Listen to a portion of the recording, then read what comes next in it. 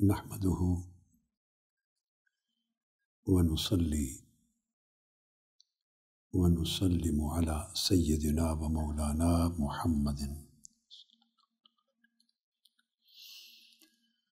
رسوله النبي الأمين المكين الحنين الكريم الرؤوف الرحيم. أما بعد، بسم الله الرحمن الرحيم. روى الإمام أحمد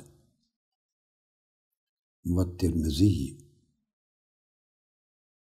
وابن ماجه وابن أبي شيبة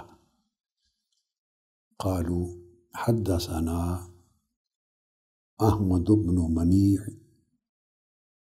حدثنا يزيد بن هارون أخبرنا الحجاج بن أرطاط عن يحيى بن أبي كثير عن عروة عن عائشة رضي الله تعالى عنها قالت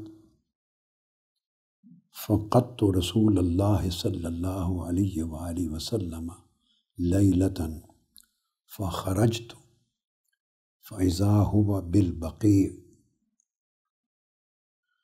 فقال أكنت تخافين أن يحيف الله عليك ورسوله؟ قلت يا رسول الله صلى الله عليه وآله وسلم إني ظننت أنك أتيت بعد نسائك. فقال إن الله تعالى ينزل ليلة النصف من شعبان إلى السماء الدنيا فيغفر لأكثر من عدد شعر غنم كلب او كما قال. معزز مشائخ علماء کرام اور سامعین حضرات، اور نصف شعبان کی اس مبارک رات میں اللہ رب العزت کی عبادت،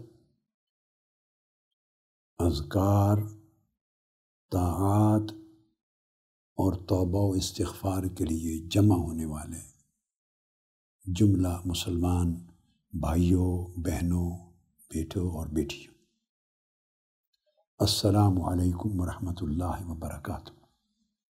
میں نے آج کی اس مبارک رات میں اپنی گفتگو کے لیے حدیث نبوی صلی اللہ علیہ وآلہ وسلم کی ایک سند پڑھی ہے اور حدیث کا پورا مضمون پڑھا ہے۔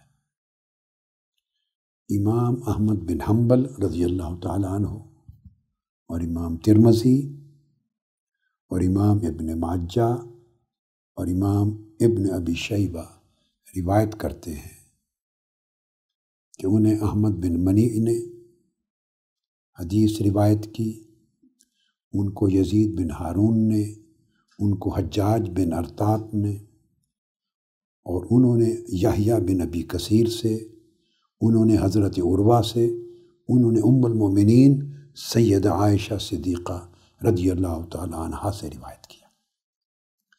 آپ فرماتی ہیں کہ ایک رات میں نے رسول اللہ صلی اللہ علیہ وآلہ وسلم کو اپنی خوابگاہ میں نہ پایا،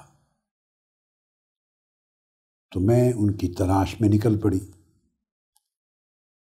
اور کیا دیکھتی ہوں کہ آپ جنت البقیع میں موجود تھے۔ آپ نے مجھے دیکھ کے ارشاد فرمایا کہ عائشہ، کیا تجھے اس بات کا ڈر تھا کہ اللہ اور اس کا رسول تیرے ساتھ ناانصافی کرے گا؟ میں نے عرض کیا یا رسول اللہ، ایسی بات نہیں، میں نے سوچا شاید آپ کسی دوسری زوجہ مطہرہ کے ہاں تشریف لے گئے، تو میں آپ کی تلاش میں نکل پڑی۔ جب کہیں نہیں پایا تو ڈھونڈتے ڈھونڈتے جنت البقیع میں آ گئی۔ حضور علیہ الصلوۃ والسلام نے ارشاد فرمایا کہ اللہ رب العزت شعبان کی یہ جو 15ویں شب ہے، نصف شعبان کی شب، اپنی شان الوہیت اور شان قدرت اور شان رحمت کے لائق آسمان دنیا پر اپنا نزول اجلال فرماتا ہے، اور قبیلہ بنو کلب کی بکریوں کے بالوں کی تعداد سے بھی زیادہ لوگوں کو بخشش اور مغفرت سے نواز دیتا ہے۔ آج کی رات یہ حدیث نبوی ہے جو میں نے پڑھی، اور سیدنا صدیق اکبر رضی اللہ تعالیٰ عنہ سے جو حدیث مروی ہے اس کے الفاظ یہ ہیں: قال رسول اللہ صلی اللہ علیہ وآلہ وسلم اذا کان لیلۃ النصف من شعبان ینزل اللہ تبارک و تعالی الى سماء الدنیا فیغفر لعبادہ الا ما کان من مشرک اور مشاہن لأخیہ۔ حضور علیہ السلام نے فرمایا کہ اس رات یعنی ماہ شعبان کی 15ویں شب اللہ تبارک و تعالی آسمان دنیا پر اپنی شان کے مطابق نزول اجلال فرماتا ہے، اور مشرک کے سوا اور اپنے بھائی سے بغض اور عناد رکھنے والے شخص کے سوا سب بندوں کی، یعنی جو اس سے طلب کرتے ہیں، ان کی بخشش فرما دیتا۔ اس میں بخشش و مغفرت کا دائرہ حضور علیہ السلام نے اور زیادہ وسیع فرما دیا۔ پہلی حدیث میں بنو کلب کی بہت بکریاں تھیں، ان بکریوں کے بالوں سے بھی زیادہ یہ تمثیلاً فرمایا تاکہ عرب لوگ، اس معاشرے کے رہنے والے لوگ اچھی طرح سمجھ جائیں کہ بخشش بے حساب فرماتا ہے۔ مگر دوسری حدیث میں تمثیل بھی نہیں دی، صرف 2 استثناء کیے، ایک وہ شخص جو اللہ سے شرک کرتا ہے، اور ایک وہ شخص جو اپنے بھائیوں کے لیے دل میں بغض اور عناد اور عداوت رکھتا ہے، کینہ پرور ہے، ان کے سوا سب کی بخشش فرما دیتا۔ اس حدیث کو امام بزار نے روایت کیا ہے اپنی مسند میں، اور امام بہقی نے روایت کیا ہے یہ کہتے ہوئے کہ اس اسناد میں، یعنی اس کی ثقاہت و قبولیت میں کوئی حرج اور کوئی سقم نہیں ہے، بے اسناد لا بأس بہ، اسی کو حافظ منذری نے بیان کیا۔ پھر حضرت عبداللہ بن عمر سے بھی مروی ہے، اس میں حضور علیہ السلام نے ارشاد فرمایا ان رسول اللہ صلی اللہ علیہ وآلہ وسلم قال یطلع اللہ الی خلقہ لیلۃ النصف من شعبان فیغفر لعبادہ الا لاثنین مشاہن و قاتل نفس۔ اس حدیث میں 2 الگ ایکسیپشنز بیان کیے کہ 15 شعبان کی اس رات کو، نصف شعبان کی شب کو، آقا علیہ السلام فرماتے ہیں کہ اللہ رب العزت آسمان دنیا پر اپنی شان جلالت کے مطابق اظہار فرماتا، اور 2 افراد کے سوا جو چغل خور ہیں، یعنی اپنے بھائی کی پشت کے پیچھے اس کی چغلی کرتے ہیں، غیبت کرتے ہیں، برائی بیان کرتے ہیں، اس کے سوا، اور جو قاتل ہے، بے گناہوں کا قتل کرنے والا، ان کے سوا اللہ پاک سب طالبان بخشش و مغفرت کی مغفرت فرما دیتا ہے۔ اس حدیث کو بھی امام احمد بن حنبل نے اپنی مسند میں روایت کیا، اور امام حیثمی نے روایت کیا ہے، اور احمد شاکر نے مسند امام احمد بن حنبل کی تحقیق میں اس حدیث کو صحیح قرار دیا، اور امام جلال الدین سیوطی نے بھی اس کی توثیق کی ہے، اور دیگر ائمہ نے بھی۔ پھر یہ حدیث حضرت ابو موسیٰ اشعری سے بھی مروی ہے، اور ابن ماجہ نے اس کو روایت کیا، اور امام مزی نے اپنی التہذیب میں کہا کہ اس کی سند جید ہے اور اس حدیث کی صحت میں یعنی صحیح ہونے میں کوئی شک نہیں ہے۔ حضرت معاذ ابن جبل سے بھی اسی طرح کی حدیث مروی ہے، جسے امام ابن حبان نے اپنی صحیح میں، امام طبرانی نے اپنی معجم الکبیر اور معجم الاوسط میں روایت کیا ہے۔ امام حیثمی نے کہا کہ طبرانی کی المعجم الکبیر المعجم الاوسط دونوں کی جو روایات ہیں ان کے رجال ثقہ ہیں۔ الغرض امام طبرانی نے اور امام ابن ابی عاصم نے اور امام بہقی نے ہر ایک نے اپنی الگ الگ سند کے ساتھ روایت کر کے اس کے الفاظ یہ بیان کیے ہیں کہ ان النبی صلی اللہ علیہ وآلہ وسلم قال یطلع اللہ علی عبادہ لیلۃ النصف من شعبان فیغفر للمؤمنین ویمہل الکافرین وَيَدَعُ أَهْلَ الْحِقْدِ بِحِقْدِهِمْ حَتَّى يَدَعُوهُ۔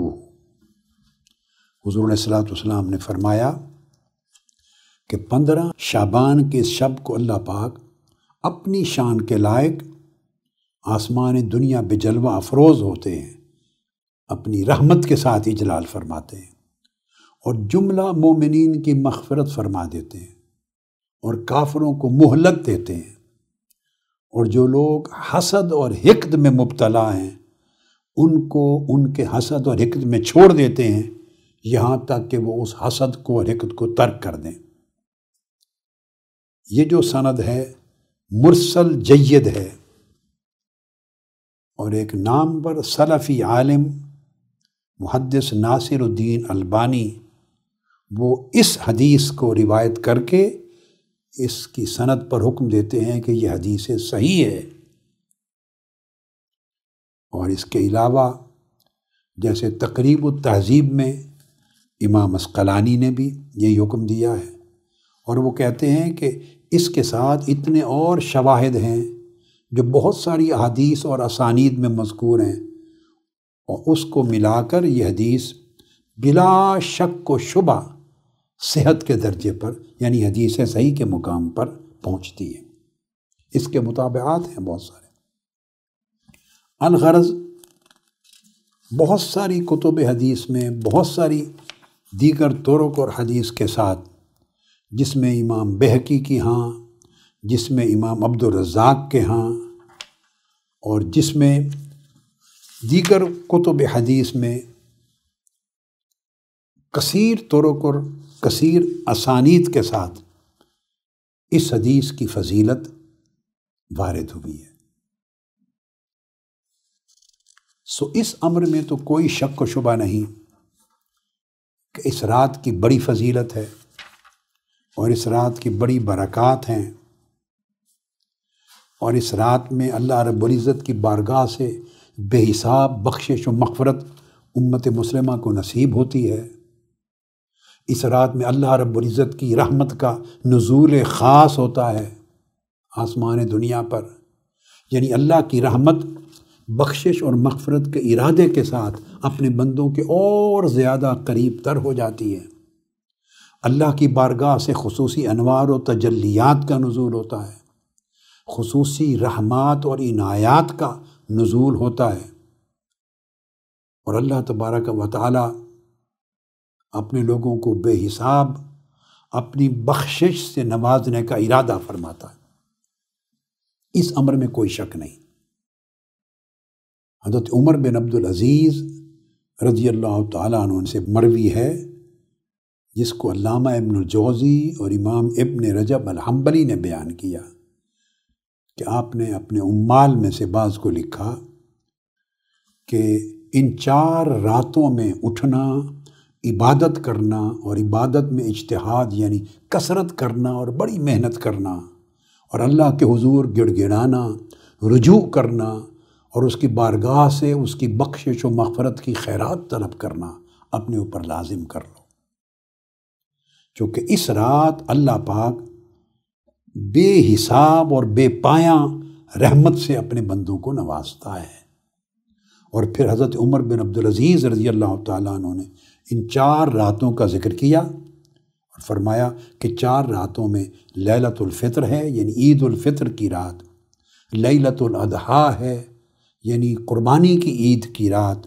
اور لیلۃ النصف من شعبان، اور شعبان کی یہ 15ویں شب ہے جس کو ہم عرف عام میں شب برات کہتے ہیں، اور اول لیلۃ من رجب یعنی جو پچھلا مہینہ گزرا ہے رجب کے مہینے کی پہلی رات۔ اب یہ جو ذکر میں نے کیا علامہ ابن الجوزی نے، ابن رجب الحنبلی نے، حافظ ابن حجر عسقلانی نے تلخیص الحبیر نے، تو بہت سارے ائمہ نے۔ پھر ایک قول امام بیہقی نے حضرت امام شافعی رضی اللہ تعالیٰ عنہ کا روایت کیا ہے، اور امام شافعی فرماتے ہیں کہ ہم تک اوپر کی نسلوں سے یعنی سلف صالحین سے اور اتباع التابعین، تابعین اور صحابہ سے یہ بات پہنچی ہے کہ یہ سلف صالحین میں یعنی زمانہ تابعین اور اتباع التابعین میں ہمیشہ سے یہ کہا جاتا ہے کہ ان خاص 5 راتوں میں جو دعا مانگو اللہ کے حضور اس کی قبولیت بڑھ جاتی ہے، چونکہ اجابت اور قبولیت کثرت کے ساتھ اس کا نزول ہوتا ہے۔ اور وہ 5 راتیں کون سی ہیں؟ امام شافعی رضی اللہ تعالیٰ عنہ نے فرمایا ایک شب جمعہ ہے، ایک عید الاضحیٰ کی شب ہے، ایک عید الفطر کی شب ہے، ایک ماہ رجب کی پہلی رات ہے، اور ایک ماہ شعبان کی نصف شعبان کی یہ رات شب برات۔ اسی طرح ایک اور قول علامہ ابن تیمیہ کا آپ کو بیان کرنا چاہتا ہوں، جسے انہوں نے اپنے مجموع الفتاویٰ میں درج کیا ہے۔ علامہ ابن تیمیہ کہتے ہیں کہ ماہ شعبان کی نصف کی یہ رات شب برات جس کو کہتے ہیں، اس کے بارے میں کوئی شک نہیں کہ اس کی فضیلت میں حدیث روایت ہوئی ہیں، کثرت سے آثار روایت ہوئے ہیں، اور سلف صالحین کی بہت بڑی تعداد سے یہ آثار مروی ہیں، اور وہ اس رات میں خصوصیت کے ساتھ نماز پڑھتے اور عبادت کرتے تھے۔ اور علامہ ابن تیمیہ نے مجموع الفتاویٰ میں یہ بات بھی بیان کی ہے کہ شعبان کے مہینے کی نصف ماہ کی یہ شب برات اکیلے عبادت کرنا یا اجتماعی طور پہ جمع ہونا اور عبادت کرنا، دونوں کے بارے میں کہتے ہیں جیسے سلف صالحین کے بہت سارے لوگوں سے یہ عمل منقول ہے، بہر صورت یہ احسن ہے۔ کوئی ایک طریقہ واجب نہیں، تنہا عبادت کریں، اللہ کے حضور سجدہ ریزی کریں، دعا مانگیں، استغفار کریں، توبہ کریں، بخشش طلب کریں، رحمت طلب کریں، تنہا کریں یا اجتماعی طور پہ جمع ہو کے کریں، یہ سارے طریقے احسن ہیں۔ پھر علامہ ابن تیمیہ نے اپنی کتاب اقتداء الصراط المستقیم، اقتداء الصراط المستقیم میں یہ بھی بیان کیا ہے کہ یہ شب برات یعنی نصف شعبان کی جو رات ہے، اس میں بہت سی احادیث مروی ہیں، وہ احادیث مرفوعہ بھی ہیں، آثار بھی مرفوعہ ہیں، اور ان تمام احادیث، آثار اور روایات کا مقتضا یہ بات کو اسٹیبلش کرتا ہے کہ اس رات کی فضیلت میں اور خصوصی قبولیت میں کوئی شک نہیں، اور سلف صالحین اس رات کو عبادات اور طاعات اور توبہ کے لیے اور طلب مغفرت کے لیے خاص کرتے تھے، اور شعبان کے اس دن کو 15 شعبان کو روزہ رکھتے تھے۔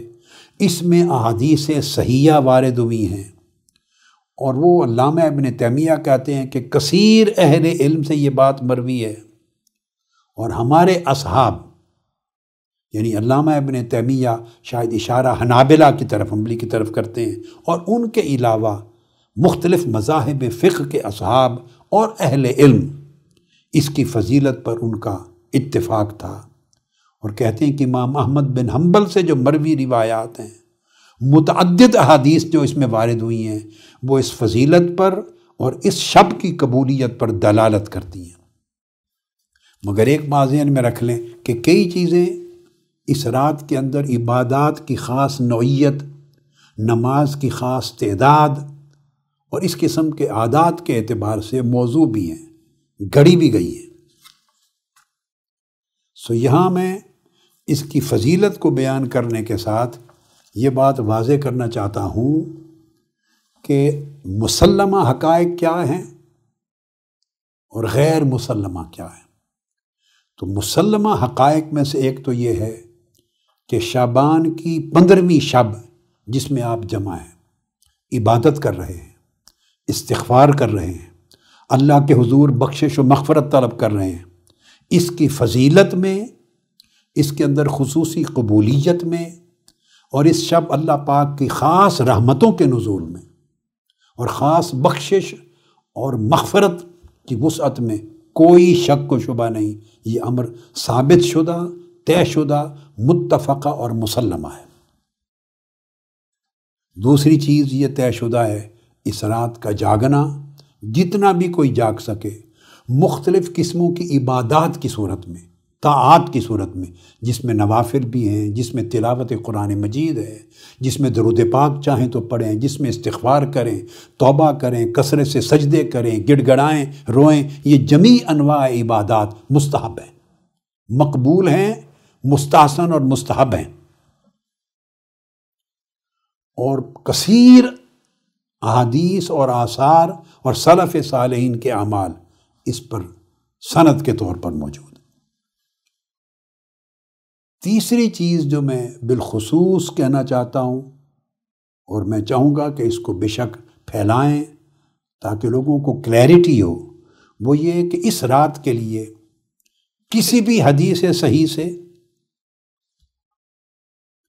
اور صحابہ کرام کے آثار میں سے کسی اثر سے، یا تابعین، اتباع التابعین اور سلف صالحین میں سے کسی کے اثر سے خاص قسم کی کوئی ایک نماز جس کی اتنی رکعتیں ہوں اور ہر رکعت میں اتنی بار کوئی سورت پڑھی جائے اور اس کی یہ ہے، تو ایسی کوئی متعین اور مخصوص طرز کی نماز منقول نہیں ہے اور وہ ثابت نہیں ہے۔ کئی لوگوں کو کہہ دیتے ہیں، سوشل میڈیا میں بھرمار ہوتی ہے ایسی چیزوں کی، ویسے بھی لوگ کہتے ہیں کہ اس میں 100 رکعت کا پڑھنا، 100 رکعت نوافل پڑھے جائیں، ایسا کوئی حکم نہیں، مگر کوئی شخص پڑھنا چاہے بھلے 100 رکعتیں پڑھے، 50 پڑھے، 500 پڑھے، 1000 پڑھے، اس عدد کے ساتھ پڑھنے میں منع بھی نہیں، مگر ایک بات واضح ہونی چاہیے کہ 100 رکعتوں کی یا 50 رکعتوں کی کوئی خاص نماز یا 12 رکعتوں کی خاص صورتوں کے ساتھ ایسی کوئی نماز، اس کا حکم کہیں وارد نہیں ہوا، اور صحت کے ساتھ ایسی کوئی چیز شریعت میں اور سنت میں ثابت نہیں۔ ویسے عدد کے تعین کے بغیر حکم یہ ہے جتنی رکعتیں چاہیں پڑھیں، نوافل پڑھیں، طاعات کریں، عبادات کریں، سجود کریں، تلاوت کریں، استغفار کریں، تسبیحات کریں۔ اور یہ رات توبہ نصوح کی رات ہے، اخلاص کے ساتھ اللہ کے حضور توبہ کرنے کی رات ہے۔ اب اس موقع پر یہ میں چاہوں گا کہ شب برات اور آداب سوال، یہ میری گفتگو کا دوسرا حصہ ہے اور آخری۔ پہلے اس رات کی فضیلت بیان کر دی، اور آخر پہ اس کے لیے جو حکم ہے وہ واضح کر دیا، تاکہ صحیح کیا ہے، غیر صحیح کیا ہے، ثابت کیا ہے اور جو نہیں ثابت وہ کیا ہے، تاکہ لوگ صحیح اعتقاد کے ساتھ اس رات کی عبادات کریں اور عبادات کو سنت کی مطابقت میں رکھیں، موافقت میں رکھیں، تاکہ اس کی قبولیت بڑھ جائے۔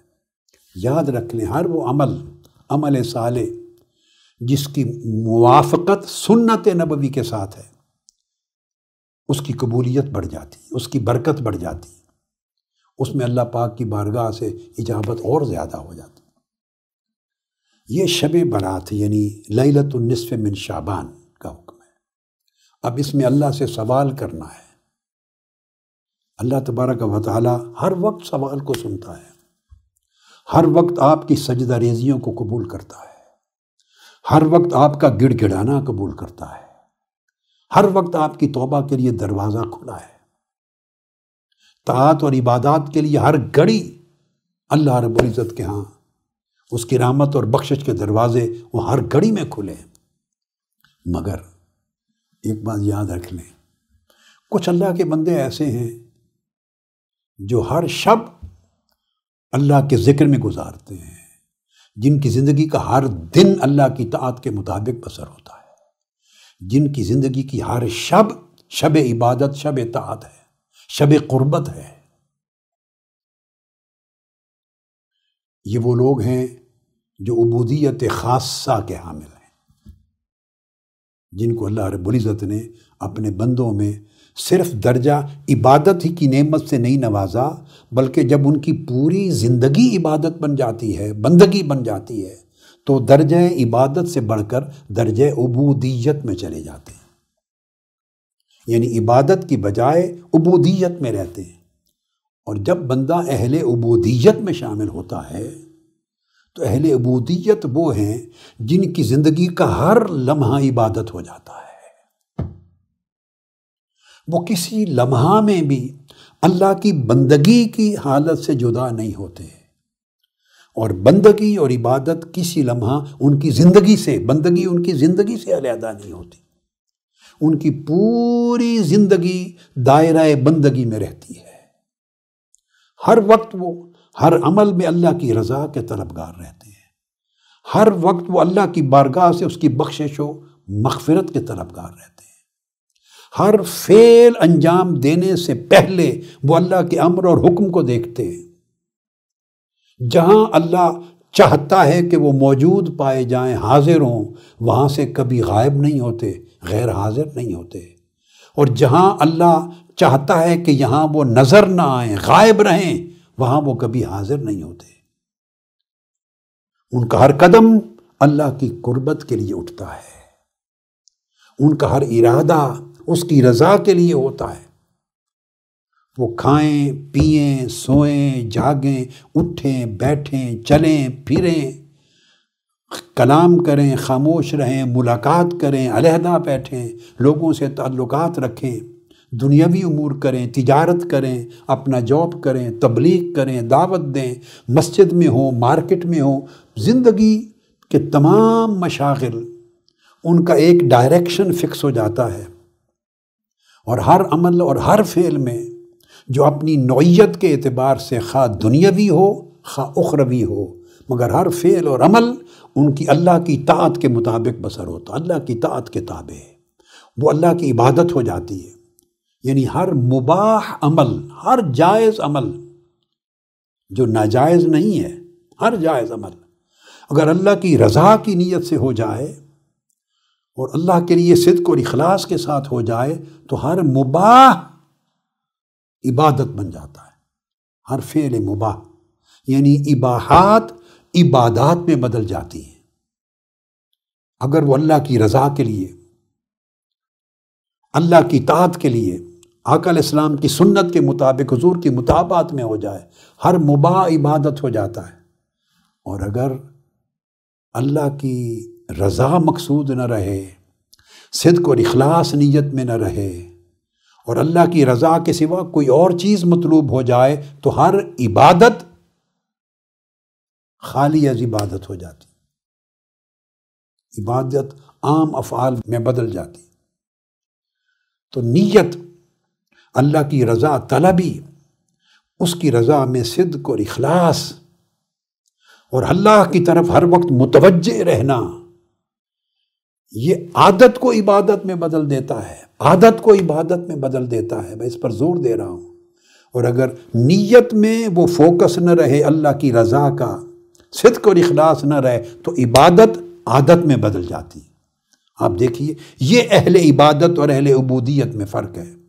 اہل عبادت وہ ہوتے ہیں اہل عبادت کہ جو بعض اوقات رضا الہی کے فوکس کی کمزوری کے باعث اپنی عبادت کو عادت میں بدل دیتے ہیں، ہر وقت عبادت کر رہے ہیں، وہ ان کی عادت ہے، اس میں فوکس نہیں، خود غیر حاضر رہتے ہیں، کھڑے مصلے پر ہیں مگر اس کی بارگاہ سے، اس کے ذکر سے غیر حاضر ہوتے ہیں۔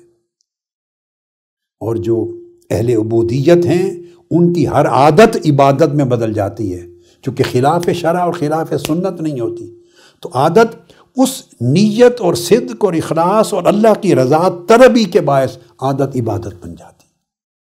تو یہ اہل عبودیت ہوتے ہیں۔ تو جب وہ اہل عبودیت ہوتے ہیں تو اہل عبودیت کے بھی پھر دو درجے ہیں، ایک پھر عبودیت عامہ ہے، ایک عبودیت خاصہ ہے۔ جیسے اللہ پاک ہر ایک کے قریب ہے، نحن اقرب الیہ من حبل الورید، ہر ایک کے قریب ہے، مگر وہ اپنے علم کے ساتھ قریب ہے، اپنی قدرت کے ساتھ قریب ہے، اس کا احاطہ ہے قدرت کے اعتبار سے ہر ایک کے قریب ہے۔ مگر بعض لوگوں کو یہ جو علم اور قدرت کی قربت ہے، اس سے بڑھ کر اس کے لطف، فضل اور انعام کی قربت نصیب ہو جاتی، اس کا درجہ لطف اور فضل و انعام کی قربت کا اس سے بلند ہے۔ ہر شخص کے، جیسے آقا علیہ السلام نے فرمایا ان اللہ معنا، اللہ ہمارے قریب ہے، ہمارے ساتھ ہے، تو اس کی معیت بھی ایسی ہے۔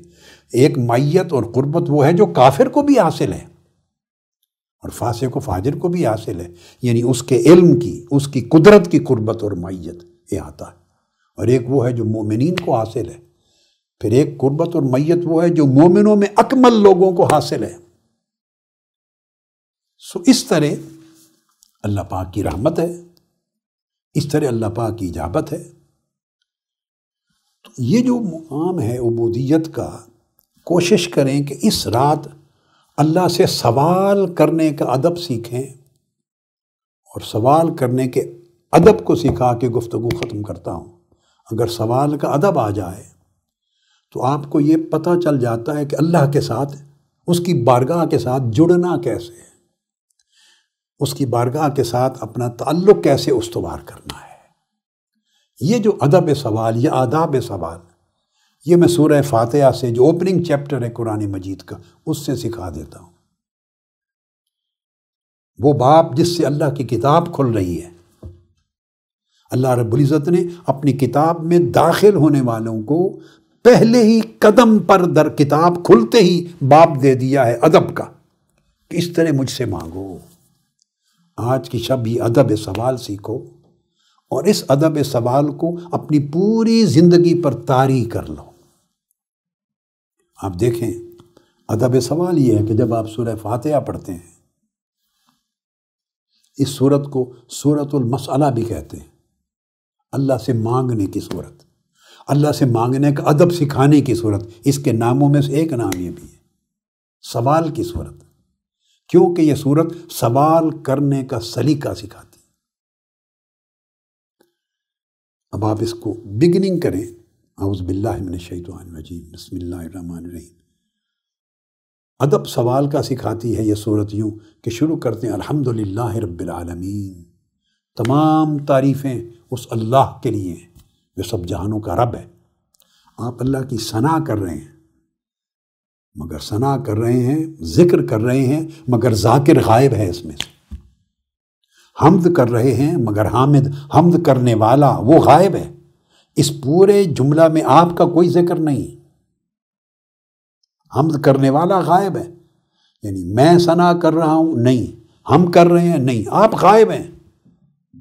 ساری تعریف اللہ کے لیے ہے جو سب جہانوں کا رب ہے، صرف اللہ محمود جس کی حمد ہو رہی ہے، بس اسی کا ذکر ہے اول تا آخر، حامد کا کوئی ذکر نہیں۔ گویا جب آپ نے زبان کھولی ہے سوال کرنے کے لیے، تو چونکہ آپ تعلق جوڑنا چاہتے ہیں اللہ کی بارگاہ عظمت کے ساتھ، بارگاہ الوہیت کے ساتھ، اس عظیم و بزرگ بارگاہ کے ساتھ، تو وہ تعلق جوڑنے کے لیے پہلا سبق یہ ہے کہ خود کو غائب کر دیں، صرف اسی کی شان پہ مرکوز کریں۔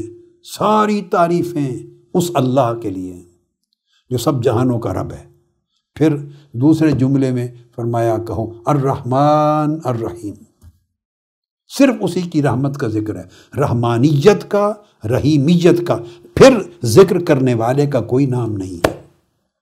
یعنی آپ نے اپنے آپ کو اللہ کے ذکر میں، اللہ کی حمد میں، اللہ کی ثنا میں ایسا فنا کر دیا ہے کہ آپ کا نام و نشان ہی مٹ گیا ہے، صرف اسی کا نام۔ تیسرے جملے میں کہتے ہیں مالک یوم الدین، وہ یوم جزا کا مالک ہے۔ تو تین جملے جو افتتاحیہ ہیں، اس میں صرف اللہ کی حمد ہے۔ مولا تو بڑا ہے، تو خالق ہے، تو ہی عبادت کے لائق ہے، تو سارے جہانوں کا رب ہے، سب کی پرورش کرنے والا ہے، سب کو دینے والا ہے، سب کو درجہ بدرجہ کمال تک پہنچانے والا ہے، سب کچھ تیرا ہے۔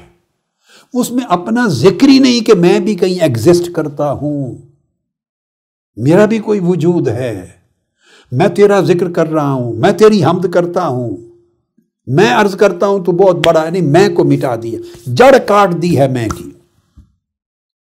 اور پھر رب العالمین کہہ کے تو اگلا سوال گویا یہ ابھرتا ہے، وہ رب کیسا رب ہے؟ مالک جو ہوا وہ انتقام کا رب ہے یا رحمت و غفران کا رب ہے؟ تو ساتھ یہ اگلا جملہ ہے، نہیں وہ رحمت و غفران کا رب ہے، دینے والا رب ہے، بخشنے والا رب ہے، کرم کرنے والا رب ہے، لطف و انعام کرنے والا رب ہے۔ تو فوکس کریں اللہ کی رحمت پر، جب اللہ کی ربوبیت پر دھیان کریں سوال کے لیے تو صرف اس کی رحمت پر فوکس کریں تاکہ امید طاقتور ہو آپ کے اندر، ہوپ فلنس بڑھے۔ اور پھر فرمایا ساتھ اتنے بے خوف اور بے ڈر بھی نہ ہو جاؤ، اللہ کی رحمت کو رکھتے ہوئے ساتھ ہی بنا دیا وہ مالک ہے جزا و سزا کا، تاکہ بے ادبی بھی نہ ہو جائے۔ تو آداب سوال میں جب افتتاح کر لیا آپ نے، اور یہ سارے صیغہ غائب میں بیان ہے، وہ اللہ ہے، وہ رحمان ہے، وہ رحیم ہے، وہ مالک ہے، وہ رب ہے، جب بیان ہو گیا سارا تو چوتھی آیت میں آئی تو یہ سارا غیبت میں، یعنی صیغہ غیب میں تذکرہ تھا اللہ کی شان کا، اور صیغہ غیب میں ایسا ذکر تھا کہ اللہ کے سوا باقی سب کچھ غائب تھا۔ پھر چوتھی آیت آئی ایاک نعبد و ایاک نستعین۔ اب اس غیبت سے سراسر مواجہت آ گیا، مخاطبت خطاب کی طرف آ گیا۔ تو اب اللہ پاک فرماتا ہے بندے تو نے میری حمد کر لی، تو نے میری ربوبیت کا ذکر کر لیا، تو نے میری بارگاہ عظمت کے سامنے اپنے آپ کو بالکل نفی کر دی، مٹا دیا، ختم کر دیا اپنے وجود کو، یعنی اعتراف کر لیا کہ بندے تو عدم ہے، تو معدوم ہے، کچھ نہیں ہے، نہ تھا نہ ہے نہ ہوگا، وہی تھا وہی ہے وہی ہوگا۔ جب تو نے فوکس کر لیا اس امر پر تو اے بندے تو نے اچھا کیا، تو نے میری رحمت یاد کر لی، میری الوہیت یاد کر لی، میری ربوبیت یاد کر لی، میری رحمت یاد کر لی، میری مالکیت یاد کر لی۔ تو نے میری الوہیت کے ذکر میں خود کو فنا کیا، ربوبیت میں فنا کیا، میری رحمانیت میں فنا کیا، رحیمیت میں فنا کیا، میری مالکیت میں فنا کیا، کتنی ضربیں لگائیں، بالکل اپنا وجود ختم کر لیا، میری شان عظمت کے سوا کے سامنے سب کچھ بھول گیا۔ تو فرمایا بندے تو اچھا ہے، تو نے ثنا کا حق ادا کیا، میری حمد کا حق ادا کیا۔ جب حمد کا حق ادا کیا تو اچھا ہے میرے بندے، اب مجھ سے مانگ۔ تو اللہ رب العزت نے یہ کر کے وہ جو غیبت کا پردہ تھا، غیبت کا، وہ اللہ، وہ رب، وہ رحمان، وہ رحیم، وہ مالک کی جو غیبت کا پردہ تھا اس کو اٹھا دیا۔ فرمایا چونکہ جب تو داخل ہوا تھا بندے تو گویا اس داخل ہوتے وقت ایک اجنبیت سی تھی، ایک خوف تھا، کیا ہوگا؟ بہت بڑی بارگاہ ہے، بہت بڑی بارگاہ ہے، بارگاہ صمدیت، بارگاہ الوہیت، بارگاہ ربوبیت، بارگاہ رحمانیت، بارگاہ رحیمیت، بارگاہ مالکیت، بڑی بارگاہ ہے۔ ایک خوف ہوتا ہے تبھی، بندہ اجنبی ہے، خوف زدہ ہے، اپنا ذکر تو گیا مگر وہ فنا تھا اس میں۔ اللہ رب العزت نے فرمایا کہ اے بندے اب تو داخل ہو گیا میری حمد کر کے، ہم پردہ اٹھاتے ہیں، پردہ اٹھاتے ہیں تو اچھا آدمی ہے، ہم نے پردہ اٹھا دیا، اور جس بود میں تو تھا، یعنی غائب کا صیغہ استعمال کرتا، اس بود کو اب قرب میں بدلتے ہیں، اور جس غیبوبت میں تھا اس کو اب مکافحت، مشافہت، مواجہت میں اور مخاطبت میں بدلتے ہیں۔ اب یوں کہ ایاک نعبد و ایاک نستعین، اب تو مجھے مخاطب کر، اب مخاطب کر۔ سیکنڈ سٹیج پر جا کر جب اجنبیت نہ رہے، معانست پیدا ہو جائے، ایک تعلق بن جائے. اور اب سبیل مشافہت میں اب سوال کر. پہلے حمد و ثنا کی بات تھی، تو حمد و ثنا کی بات تھی، ہر کلمہ وہ کے ساتھ تھا، اور وہ میں چونکہ بود ہے، اور بود میں عظمت کا تصور ہے، عظمت ہے، دوری کا تصور ہے، عظمت ہے. اب تو مجھ سے مانگ رہا ہے، مانگنے کے وقت ایسا صیغہ استعمال کر جس میں قربت ہو. تو میری مخاطبت اور مشافات کا صیغہ استعمال کر.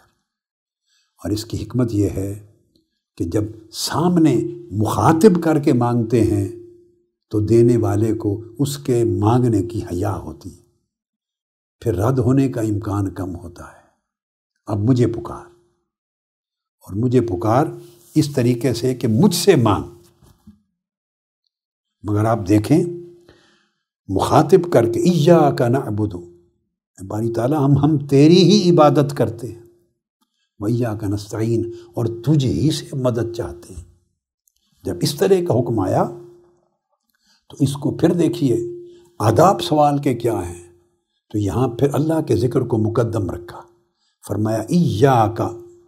یہ جو ضمیر منفصل ہے اس کو فعل پر مقدم کیا اور فرمایا کہ ایاک، ہم یعنی تیری ہی. اردو میں ترجمہ کرتے ہوئے ہم کہتے ہیں کہ ہم تیری عبادت کرتے ہیں، اس لیے کہ اردو میں جملہ نہیں بنتا اگر ہم کا لفظ پہلے نہ لگائیں. یا سمجھیں کہ اردو ادب کے اعتبار سے اس کی ساخت اچھی نہیں بنتی. تو اردو تو یہ ہماری زبان ہے، ہم نے اپنی سہولت کے لیے اس کا ایک ادبی ایک ساخت اور اس کی ایک ادبی شکل بنا رکھی ہے لفظوں کی. چھوڑ دیں اسے. جو اللہ پاک کا کلام ہے اس میں فرمایا ایاک، پہلے اللہ کا لفظ، تیری ہی عبادت کرتے ہیں ہم. اس طرح بنتا، فقط تیری ہی عبادت کرتے ہیں ہم. تو پہلے لفظ آیا فقط تیری ہی، ایاک. اس پہ فوکس کروایا، اور فوکس کرنے کا مقصد یہ تھا ذہن میں یہ بٹھانا کہ جب عبادت کا ٹائم آئے تو اس سے حسر پیدا ہوتا ہے کہ باری تعالیٰ صرف تیری عبادت کرتے ہیں، اس لیے کہ تیرے سوا اور ہے کون جو عبادت کے لائق ہے. تیرے سوا اور ہے کون جس کے آگے سر جھکائیں، سجدہ ریز ہو جائیں. تیرے سوا اور ہے کون جس کی بندگی اختیار کرے. صرف تیری ہی عبادت کرتے ہیں، صرف تو ہی عبادت کے لائق ہے. تو جب پھر اللہ کی ذات کو مقدم رکھا تو اس سے گویا اس بندگی کے اللہ کے لیے خالص ہو جانے کا اعلان ہوتا ہے. یہ حصر اور اختصاص کے لیے. اس وجہ سے اسے غیبت سے التفات کروا کے خطاب کی طرف لے آئے. اور ایک دوسری نیت یہ بھی ہے کہ اس کو پتہ چل جائے کہ نعبدو میں اپنا ذکر آ رہا ہے، ہم عبادت کرتے ہیں. جیسے نستعین آیا ایاک، صرف تجھ ہی سے ہم مدد مانگتے ہیں. تو ہم کا ذکر بعد میں آیا اور صرف تجھ ہی سے ذکر. تو فوکس کرنے کا مقصد یہ تھا کہ اے باری تعالیٰ ہم تیری عبادت کرتے ہیں. اللہ پاک نے یہ سبق اس لیے دیا کہ عبادت کرنے والا اگر ہم کا لفظ پہلے آ جاتا، نعبدو کا، اگر ہم کا لفظ پہلے آ جاتا تو گویا وہ عبادت کے ذکر میں اپنی ذات اس کی فوکس ہو جاتی. تو اللہ پاک سمجھاتے ہیں کہ عبادت کرو یا سوال کرو، جب بھی حضور الہ میں پیش ہو تمہارا فوکس تمہاری ذات نہ ہو، مولا کی ذات ہو، صرف اللہ کی ذات ہو، وہی مقدم رہے. اور تمہیں پتہ ہو کہ تمہارے نفس کا ذکر پہلے 3 جملوں میں حمد کے وقت تو بالکل ہی غائب تھا، بالکل غائب تھا. اب جب مانگنے کا سوال آیا مخاطبہ کا، اب تم نے مانگنا ہے تو مانگنے والے کا ذکر لازمی ہے. تو مانگنے سے پہلے جب تمہارا ذکر آئے تو اس پر بھی اللہ کا ذکر مقدم ہو، تاکہ تمہارا فوکس ہو کہ وہ پہلے وہی معبود ہے، تاکہ اللہ کی تعظیم کرنے میں کوئی غفلت یا تساہل یا کمزوری واقع نہ ہو جائے. پرائورٹی صرف اس پر دھیان رہے کہ مقصود اللہ کی ذات. اور ایک نکتہ اور بھی ہے، نعبدو میں ہم عبادت کرتے ہیں آتا ہے. تو اللہ پاک نے ایک یہ بھی سمجھایا کہ مقدم ذات ہے نہ کہ فعل عبادت. عبادت کرنے پر بھی تمہاری نگاہ نہ رہے، اگر عبادت میں عبادت پہ دھیان چلا گیا تو عبادت اونچے مرتبے سے گر جائے گی۔ عبادت خالص اور اعلیٰ اور افضل اور ارفع وہ ہے کہ عبادت میں عبادت کا بھی دھیان نہ رہے، پیچھے رہے، مقدم اللہ کی ذات ہو، معبود۔ تو مقصود یہ عبادت سے جو مقصود ہے وہ اللہ کی ذات کی معرفت ہے، اللہ کی قربت ہے۔ اس لیے ایاک نعبد میں بھی ایاک پہلے اور ایاک نستعین میں بھی ایاک پہلے، اور ایاک کو پہلے لگانے کا مطلب یہ ہے کہ جب تو پہلے ایک اور اس کا فائدہ یہ کہ جب اللہ کا نام پہلے لے آئے گا تو اللہ کا نام، اللہ کی طرف توجہ، اللہ کی طرف، اللہ کے ساتھ قربت، اللہ کے ساتھ اپنا علاقہ اور تعلق جوڑنا، یہ تمہارے لیے عبادت کو آسان کر دے گا۔ وہ جو کسل آتا ہے، کمزوری آتی ہے، غفلت آتی ہے، رکاوٹ آتی ہے، تھکاوٹ آتی ہے، دل نہیں لگتا، نفس آڑے آتا ہے، شیطان آڑے آتا ہے، خیالات آتے ہیں، جتنی چیزیں اے بندے تجھے اللہ کی عبدیت اور عبودیت میں اور عبادت میں تیرے اندر کمزوری پیدا کرتی ہیں، اس کمزوری کا علاج یہ ہے کہ تو فوکس نہ اپنی عبادت پہ رکھ نہ عبودیت پہ رکھ، فوکس اللہ کی ذات پہ رکھ، صرف اللہ کی ذات پہ۔ تو اللہ کا نام ایاک مخاطبہ کے ساتھ جب پہلے آئے گا تو یہ مددگار بن جائے گا عبادت کی راہ کی رکاوٹوں کا، کمزوریوں کا، ان تمام اسباب کا جو تمہیں اللہ کا بندہ بننے اور ہمہ وقت بندگی میں رہنے کے لیے رکاوٹ بنتے ہیں۔ تو ایاک جب کہے گا تو مجھے یاد کرے گا اے بندے، اپنے دل میں میری معرفت کو حاضر کرے گا، اپنی عبادت کرنے کے، ہم عبادت کرتے ہیں اس مرحلے میں داخل ہونے سے پہلے کہ ہم عبادت کرتے ہیں، پہلے میری معرفت داخل ہوگی، تیری عبادت کے ذکر سے پہلے میرا ذکر داخل ہو، تیری عبادت کرنے کے بیان سے پہلے میرا تعلق قائم ہو، پہلے میری معرفت داخل ہو۔ تو جب تو میرا ذکر کر لے گا میری عظمت کے ساتھ، میرے جلال کے ساتھ، تو سچا موحد ہوگا، ایاک تجھے موحد کر دے گا، اور اس کے بعد تجھے پتہ چل جائے گا کہ میں تیرا مولا ہوں، میں تیرا معبود ہوں، میں تیرا مسجود ہوں۔ تو اللہ کے مولا، معبود و مسجود ہونے کا ذکر کرنے کے بعد وہ ذکر کر رہا ہے کہ میں تیرا بندہ ہوں، میں تیرا عبد ہوں، میں تیرا غلام ہوں، میں تیرے حضور جھکتا ہوں، میں سجدہ ریز ہوں۔ پھر اپنا ذکر کر۔ فرمایا اس طرح تیری عبادت بھی آسان ہو جائے گی بندے، اور تیرے لیے عبودیت کا راستہ بھی کھلے گا۔ اور یہ ادب سوال اس لیے بھی سکھایا، ایاک میں اللہ کا ذکر ہے، اور وہ واجب ہے، وہ قدیم ہے، بندہ حادث ہے، واجب ہمیشہ پہلے ہوتا ہے، حادث بعد میں ہوتا ہے، اس لیے اپنی عبادت کا ذکر کرتے ہوئے بھی واجب کو پہلے رکھ، حادث کو بعد میں رکھ۔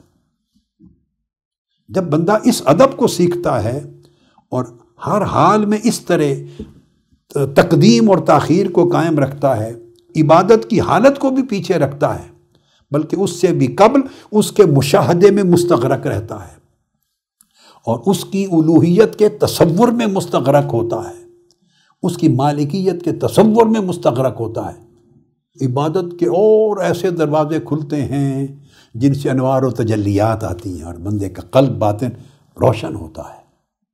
یہ اس طرح یعنی ایاک کہہ کے بندے کا اللہ کی ذات کے ساتھ تعلق جوڑا ہے۔ پھر ایک اور ادب سوال ہے، اللہ کی ذات کے ساتھ تعلق جوڑا ہے، اور حضور علیہ السلام کی امت کے لیے اللہ پاک نے فرمایا فَاذْكُرُونِي أَذْكُرْكُمْ، میرا ذکر کرو، مجھے یاد کرو، میں تمہیں یاد کروں گا۔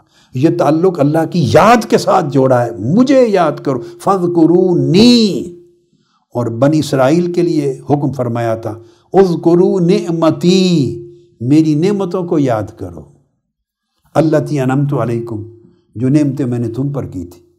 وہ حضرت موسیٰ کی امت تھی بنی اسرائیل، ان سے فرمایا میری نعمتوں کو یاد کرو، بندوں کی ان بنی اسرائیل کی یاد کو، ان کے ذکر کو، ان کے دل کو، ان کی یاداشت کو، ان کے تصور کو اللہ پاک نے فرمایا میری نعمتوں سے اپنے تصور کو جوڑو، یہ سیڑھی ہے۔ اور جب امت محمدی کا وقت آیا، امت محمدی کا، تو ان کو موقع دیا فاذکرونی، میری ذات کے ساتھ جوڑو، مجھے یاد کرو، اذکرکم، میں تمہیں یاد کروں گا۔ یہ ایاکا کے اندر یہ راز ہے۔ اور اسی باب میں آخری چیز پھر دیکھیں، بندہ اکیلا نماز پڑھتا ہے، اجازت نہیں دی یہ کہنے کی کہ کہو ایاک اعبد، کہ باری تعالیٰ میں تیری ہی عبادت کرتا ہوں یا میں تجھی سے مدد چاہتا ہوں، پھر میں کو مار دیا ہے، پھر ادب سکھایا ہے کہ ایاک نعبد۔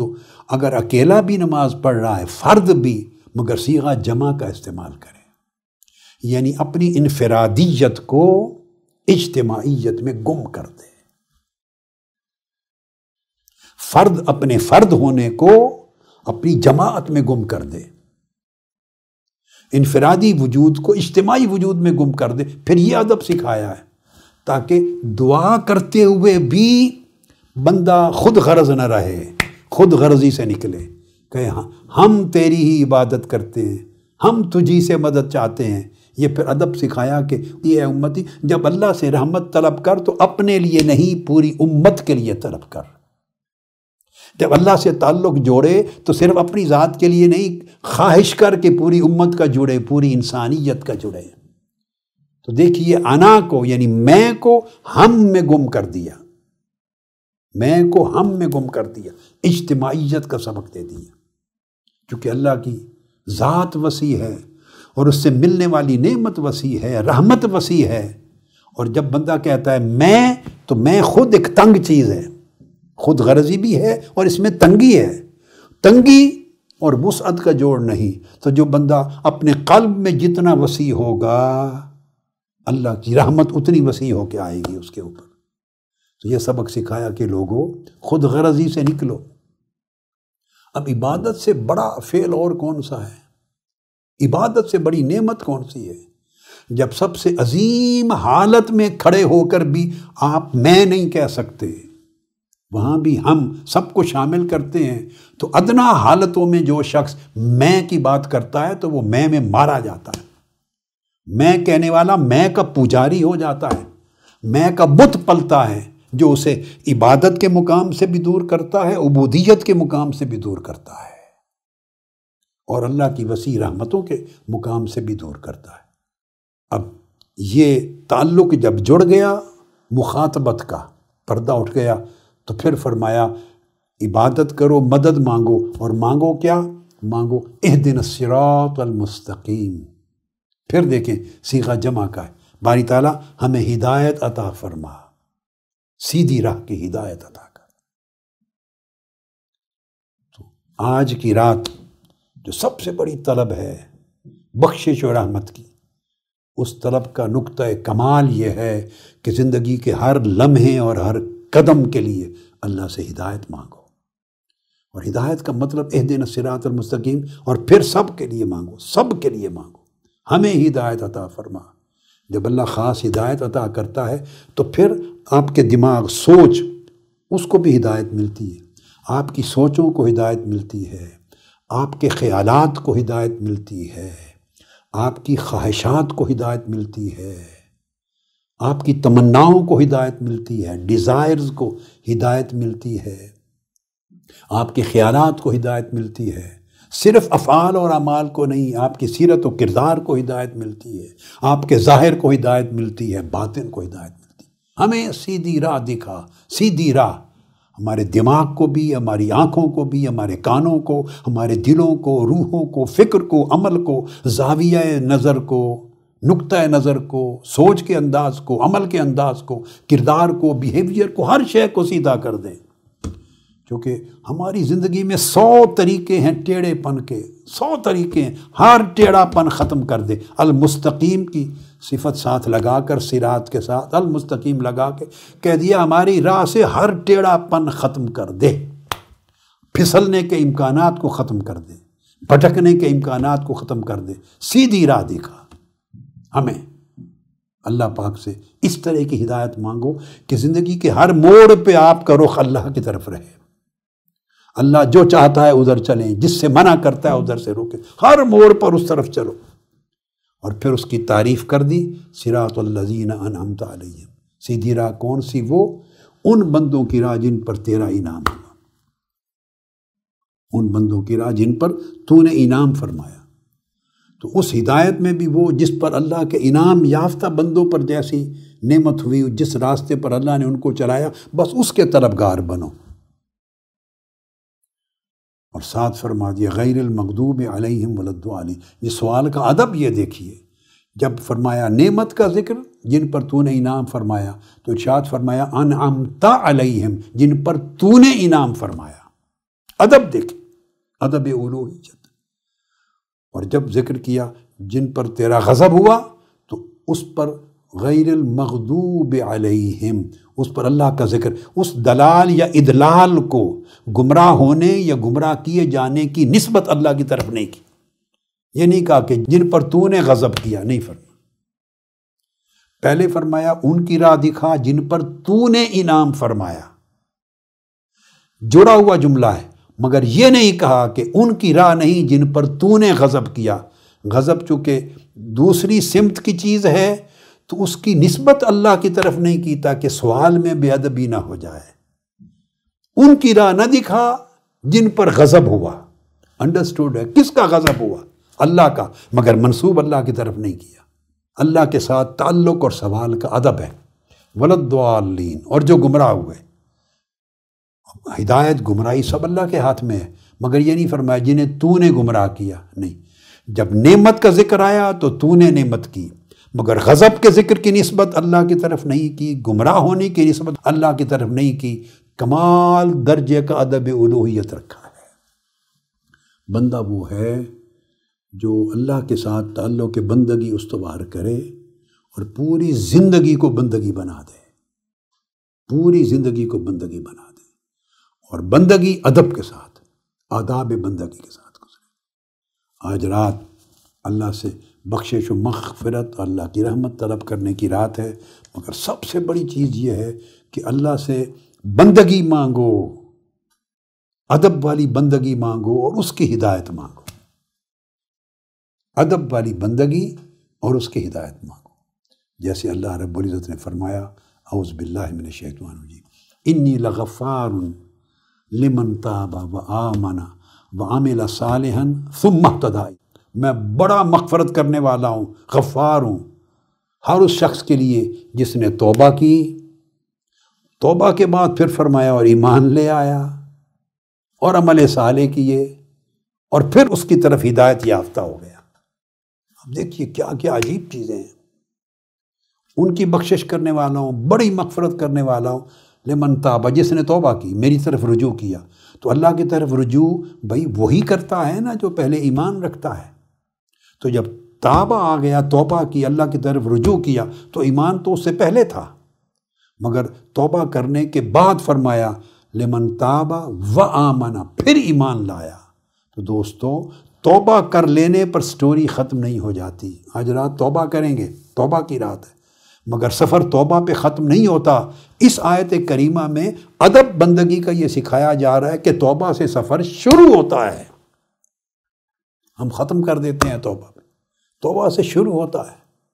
جس نے توبہ کی اور توبہ کرنے کے بعد پھر ایمان لایا، یعنی میری طرف رجوع کر لیا اور ایمان رکھا کہ میں بخشنے والا ہوں، اور ایمان رکھا کہ میں دیکھ رہا ہوں، اور ایمان رکھا کہ میں ہر چیز کا حساب کرنے والا ہوں، اور ایمان رکھا کہ میں قریب ہوں، اور ایمان رکھا کہ میری قدرت احاطہ کرنے والی، اور ایمان رکھا کہ میری طاقت سے کچھ بھی تم باہر نہیں ہو. یعنی توبہ کر کے فارغ نہیں ہو گیا کہ چلو حساب کتاب خلاص، نہ، توبہ کی اور ہمہ وقت ایمان کو حاضر رکھا میرے ساتھ، ایمان کے تعلق میں جڑ گیا اور ایمان کامل کرتا رہا، پھر ایمان کو کمزور نہ ہونے دیا، اور عمل صالح، عمل پہ عمل، عمل پہ عمل، میری اطاعت گزاری میں زندگی گزاری، نیک عمل کیے، ثم اہتدی الیہ، اور پھر اینڈ پر فرمایا اور پھر اللہ کی طرف ہدایت پا لی. تو ایک ہدایت وہ تھی دیکھیے جو توبہ سے پہلے تھی. ہدایت ملی تو توبہ کی توفیق ہوئی. ہدایت ملی تو توبہ کی، ہدایت ملی تو ایمان آیا، ہدایت ملی تو عمل صالح کیے. یہ ساری چیزیں ہدایتوں کے بعد تھیں، مگر اینڈ پر پھر فرمایا ثم اہتدی الیہ، پھر اس کی طرف ہدایت کر لے. تو ہدایت ثم اہتدی الیہ، یہ نیک راہ کی طرف نہیں، اللہ کی طرف راستہ پا گیا ہدایت. تو یہ ہدایت الی اللہ ہے. جیسے قرآن مجید میں ایک اور جگہ فرمایا انی تبت الیک وانی لمن المسلمین، باری تعالیٰ میں تیری طرف توبہ کرتا ہوں، تیری طرف رجوع کرتا ہوں. تو یعنی اللہ کی طرف ہدایت یافتہ بنتا ہوں اور میں تیرے آگے جھکنے والا ہوں. تو دوستو اس رات ایسی توبہ کرو، اللہ کی طرف ایسا سفر کرو کہ پہلے گناہ سے ثواب کی طرف سفر ہو آپ کا. جب حالت درست ہو جائے، خراب حالت سے نکل کے درست ہو جائے، گناہ سے ثواب کی طرف، درستگی کی طرف آ جاؤ، تو پھر سفر جاری رہے.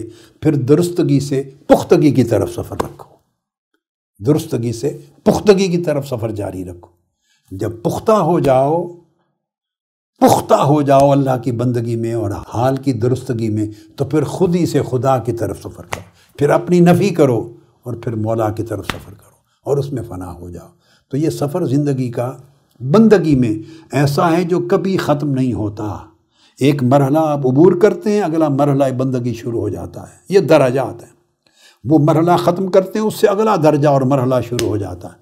اور اللہ کے رضوان اور ملاقات تک مومن کے درجے کبھی ختم نہیں ہوتے، سفر کے مرحلے ختم نہیں ہوتے. تو میں چاہتا ہوں کہ اس رات کو ایسی رات بناؤ کہ ہر رات آپ کی اس حال ہی پر رات رہے اور ہر دن اسی حال کا دن بنے. اللہ پاک ہم سب پہ کرم فرمائے. والسلام علیکم ورحمۃ اللہ وبرکاتہ. وما علینا الا البلاغ.